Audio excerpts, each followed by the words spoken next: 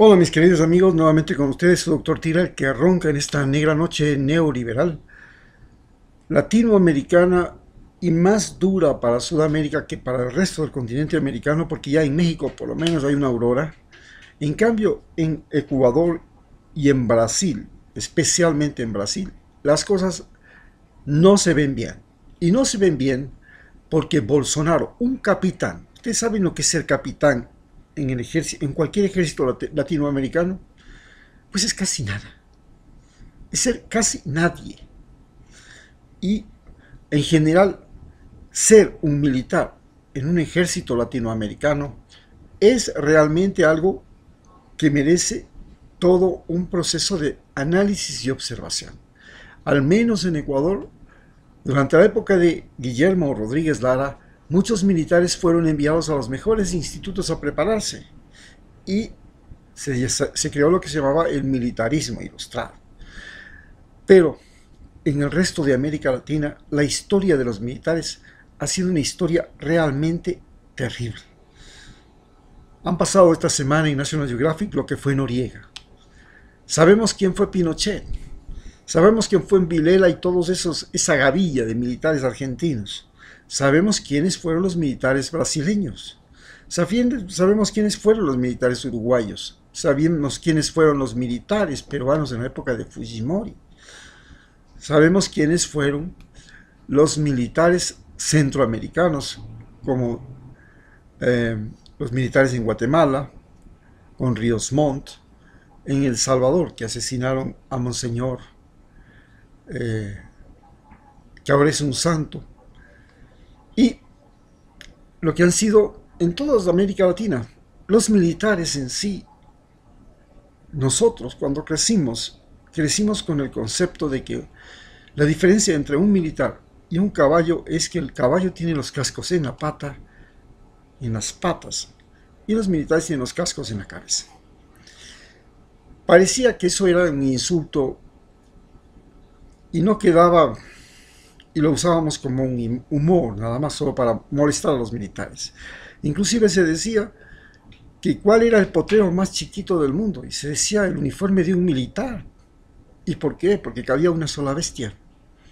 Hoy Brasil tiene a un militar absolutamente rayado en el poder. Una cosa es tener a Donald Trump, que no debió haber sido ningún tonto para poder llegar a tener la fortuna que tiene. Y, por supuesto, no lo es. Es un astuto jugador que sabe cómo mover las piezas y sabe cómo manejar muy bien todo lo que es los medios. Pero Bolsonaro sí representa todo lo retrógrada, lo cavernario de los militares latinoamericanos. Los militares latinoamericanos fueron un instrumento de represión, de crueldad, de maldad. Es por eso que les he dicho a ustedes que debemos hacer desaparecer el ejército ecuatoriano, que es lo más caro que tenemos en el Ecuador, y reemplazarlo por una policía que tenga otras funciones y que no sea a órdenes de un presidente directamente. Y esto es lo que se ha hecho en Costa Rica, esto es lo que se ha hecho en Panamá y les va muy bien.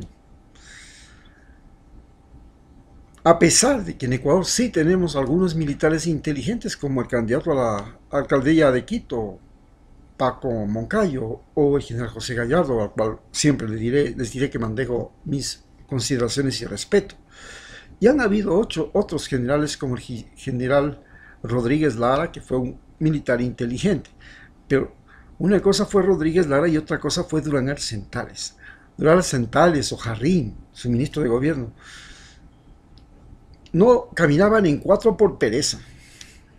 Realmente nuestros militares son gente absolutamente cuestionable.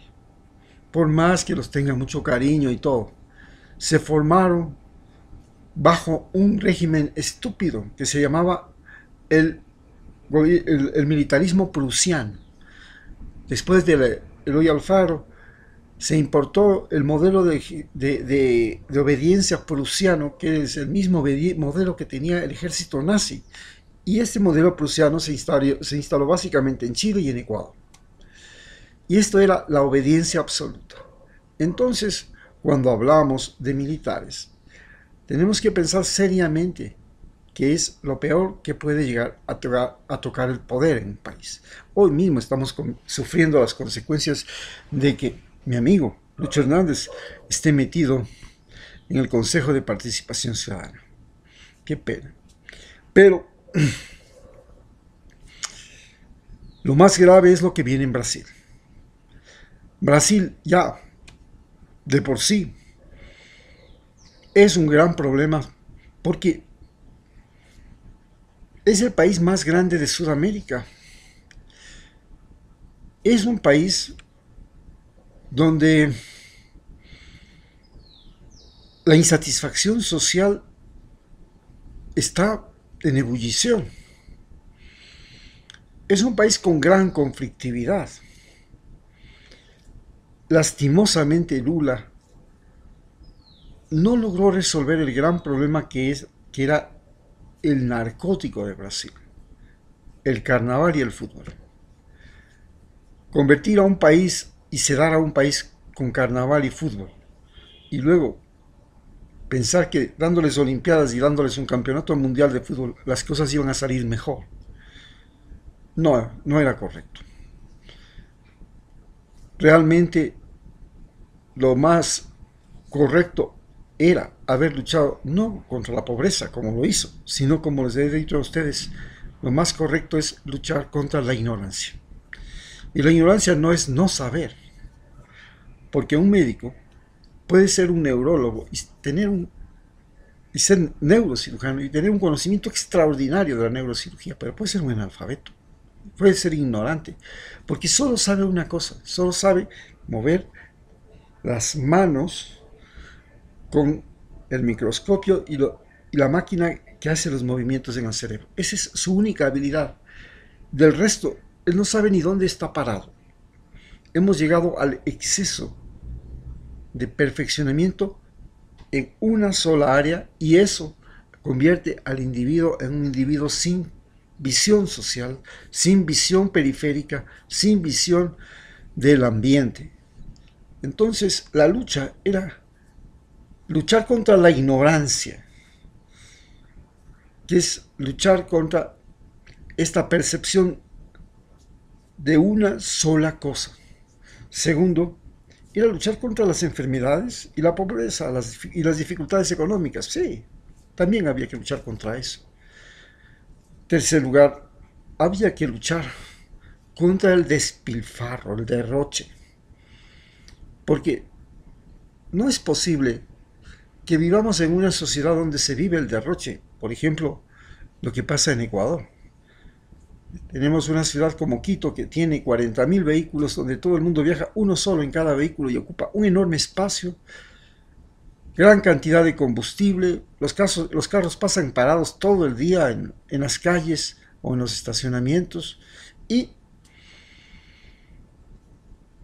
mucha de la comida de los supermercados va a parar en depósitos de basura porque se va a dañar, se daña, existen estándares de calidad.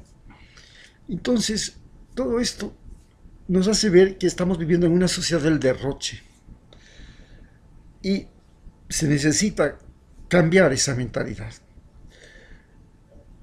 Esta era la gran lucha por la que debía tener Brasil y hoy Brasil se enfrenta a un pseudo dictador neofascista que piensa que puede hacer de las suyas utilizando al ejército brasileño para la intimidación a toda la población.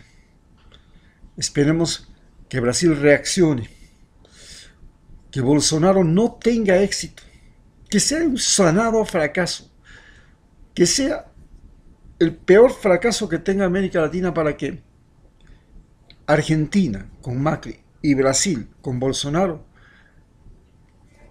creen la alarma generalizada en todo el continente de lo que es la derecha neoliberal y neofascista. Y vean todos los latinoamericanos que ese es el camino equivocado. Muchas gracias.